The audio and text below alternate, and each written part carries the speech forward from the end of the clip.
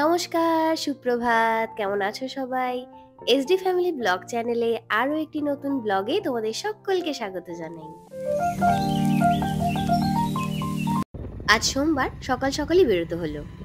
কি শিশির করছে দেখেছো আজকে? এরকম ওয়েদার।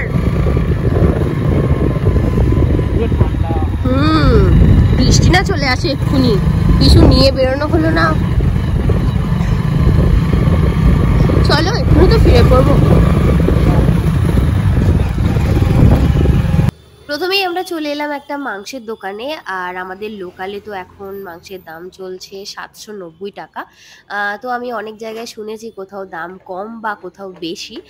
তো তোমাদের ওখানে কেমন দাম যাচ্ছে অবশ্যই কমেন্ট করে জানিও। এখান থেকে প্রথমে আমরা মাংসটা নিয়ে নেব, তারপর কিছু মাছ নেওয়ার আছে। তারপর চলে যাব সোজা মাছের কাছে, ওখান থেকে মাছ নেব। ইতিমধ্যেই বৃষ্টি পড়তে শুরু হয়ে গেছে।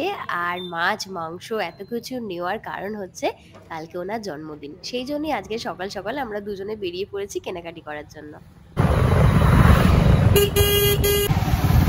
ঠান্ডা, বরের জন্মদিন বলে কথা, এটুকু তো কষ্ট করতেই হবে। রোদ্দুর হলেও রোদ্দুরে পুড়েও যেতে হতো, বৃষ্টি পড়ছে, বৃষ্টিতে ভিজে ভিজেই যাচ্ছি, একমাত্র বর বলে কথা, এটুকু তো করতেই হবে। হ্যাঁ, লোকে দুটো থাকে না, লোকে দুটো থাকে না। এখন সিনেমা সিরিয়ালে তো দুটোর ছাড়া তো কোনো কথাই নেই না। আমার একমাত্র বরের জন্য আমাকে তো এটুকু করতেই হবে।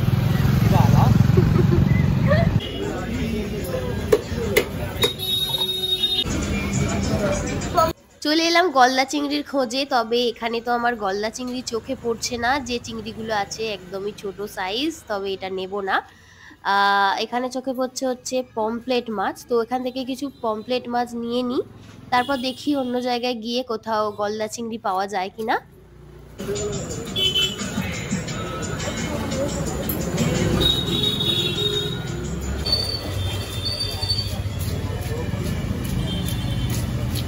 গলদা চিংড়ি খুঁজতে খুঁজতে চলে এলাম আরো একটা জায়গাতে। ওহ, এখানে গলদা চিংড়িগুলো দেখে মন ভরে গেল, এত সুন্দর সাইজ যে এখান থেকে গলদা চিংড়িটা নিয়ে নিলাম।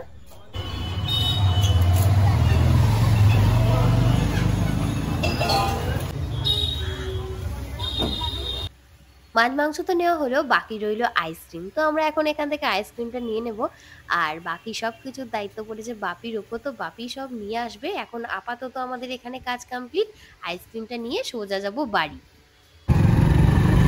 বৃষ্টি তো ভালোই পড়ছে।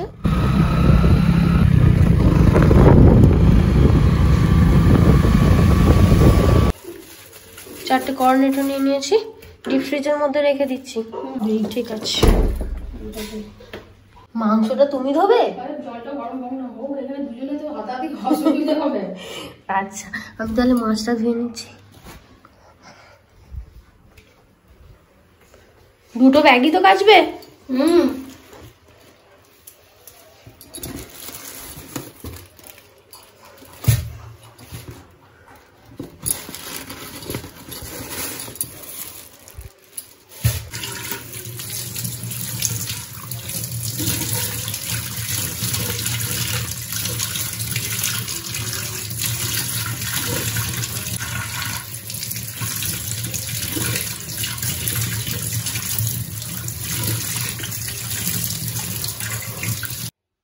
পমফ্লেট মাছটাকেও ধুয়ে ফেলেছি, এবার এটাকে নুন হলুদ মাখিয়ে রাখবো।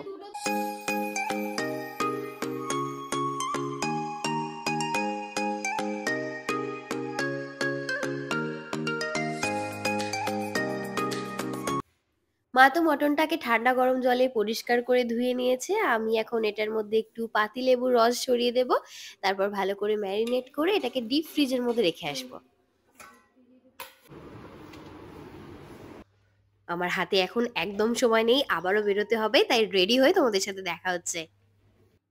তো রেডি হয়ে গেছি, বেশি দূরে যাব না, কাছেই যাব, মায়ের সাথে আর পায়ে হেঁটেই যাব।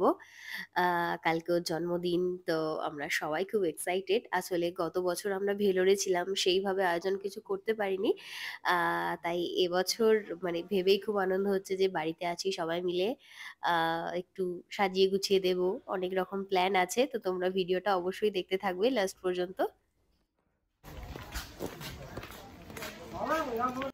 সকালের দিকে তো বৃষ্টিটা মোটামুটি হলো আর এখন এতটাই রোদ্দুর বেরিয়ে গেছে যে আমাদেরকে ছাতা নিয়েই বেরোতে হলো। এগুলো কি ফুল জানো? হ্যাঁ,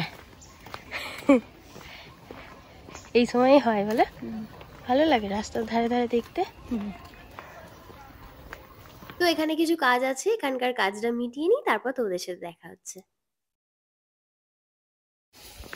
কখন কাজ করবো তার ঠিক নেই, কত বেলা হয়ে গেল, 12:30 বাজে। আজকে তো তাড়াতাড়ি পুজোটাও হয়নি, সোমবার। তাড়াতাড়ি বাড়ি যাই, গিয়ে আমি স্নানটা সেরে পুজোটা করে নেবো।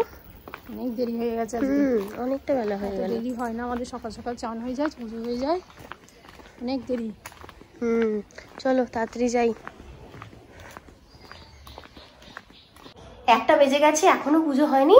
যাই তাড়াতাড়ি ঠাকুর ঘরে যাই, পুজোটা এখন সেরে নিই। বাসনগুলো তো ধোয়াই আছে, তাই আগে ভোলানাথকে স্নানটা করিয়ে দিই। ও এখানে তো জল নেই,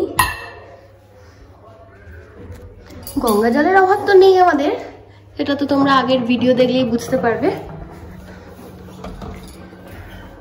আজকে সোমবার, অনেকটা বেলা হয়ে গেল। রাগ করো না ভোলানাথ, প্লিজ প্লিজ প্লিজ, আজকে একটু মাফ করে দাও।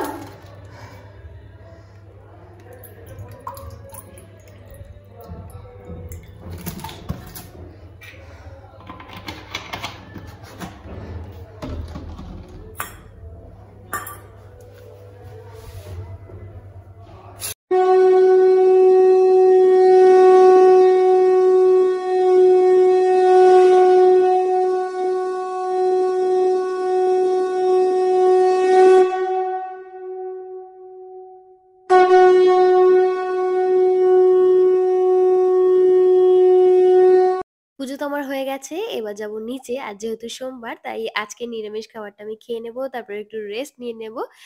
সন্ধ্যে থেকেই শুরু হয়ে যাবে কালকের জন্য রান্না। চাটনি হয়ে গেছে, পাঁপড় হয়ে গেছে, আর পায়েসও হয়ে গেছে। আর মা এখন কালকের জন্য মশলাটা করে রাখছে।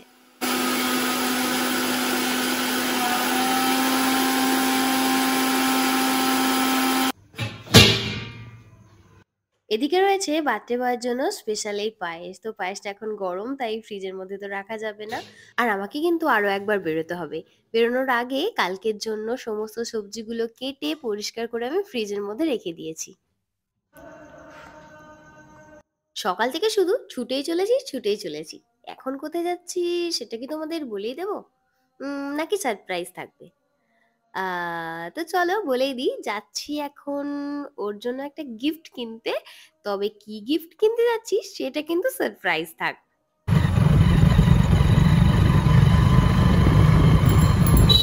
তো আজকে মার্কেট থেকে বাড়ি এসে আজকের দিনটা তো শেষ হবে, তবে কালকে শুরু হবে নতুন একটা সকাল।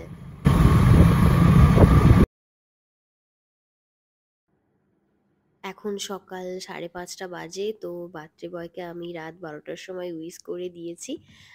তো এখন ঘুমোচ্ছে, তাই আমি আস্তে আস্তে দরজাটা বন্ধ করে পর্দাটা টেনে দিলাম। এখন এবার আমি নিচে যাব, অনেক কাজ আছে। প্রথমেই মা বলল যে সমস্ত ভাজাগুলো করে নেবে, তাই আলুটা কাটাই ছিল, আমি ভাজা বসিয়ে দিলাম।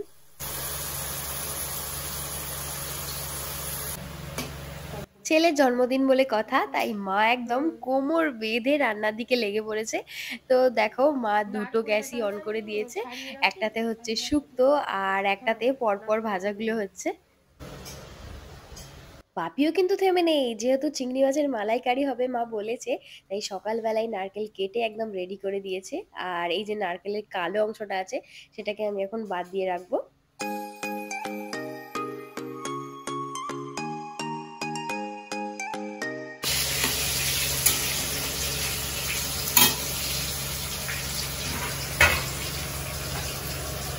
নারকেলটা ছাড়ানো হয়ে গেছে, এবার এটাকে আমি পেস্ট করে নেব চিংড়ি মাছের মালাইকারির জন্য।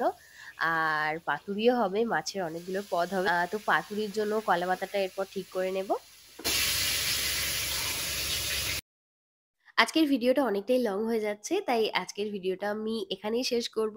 আ তো নেক্সট ভিডিওতে তোমাদের সাথে কিন্তু অনেক কিছু শেয়ার করার বাকি আছে। কি মেনু হলো, কি গিফট পেলো বার্থডে বয়। তো সবকিছু শেয়ার করব তোমাদের সাথে। তার জন্য নেক্সট পার্ট কিন্তু তোমাদের অবশ্যই দেখতে হবে। আর যারা আমার চ্যানেলে নতুন বন্ধুরা আছো, আমাদের এসডি ফ্যামিলি ব্লগ চ্যানেলটিকে সাবস্ক্রাইব করে পাশে থাকা বেল আইকনটি ক্লিক করে রাখো। যাতে আমি নেক্সট ভিডিও ছাড়ার সঙ্গে, সঙ্গে নোটিফিকেশন তোমাদের কাছে পৌঁছে যায়। তো চলো আজকের মতো টাটা। তোমরা সকলেই সুস্থ থেকো, ভালো থেকো।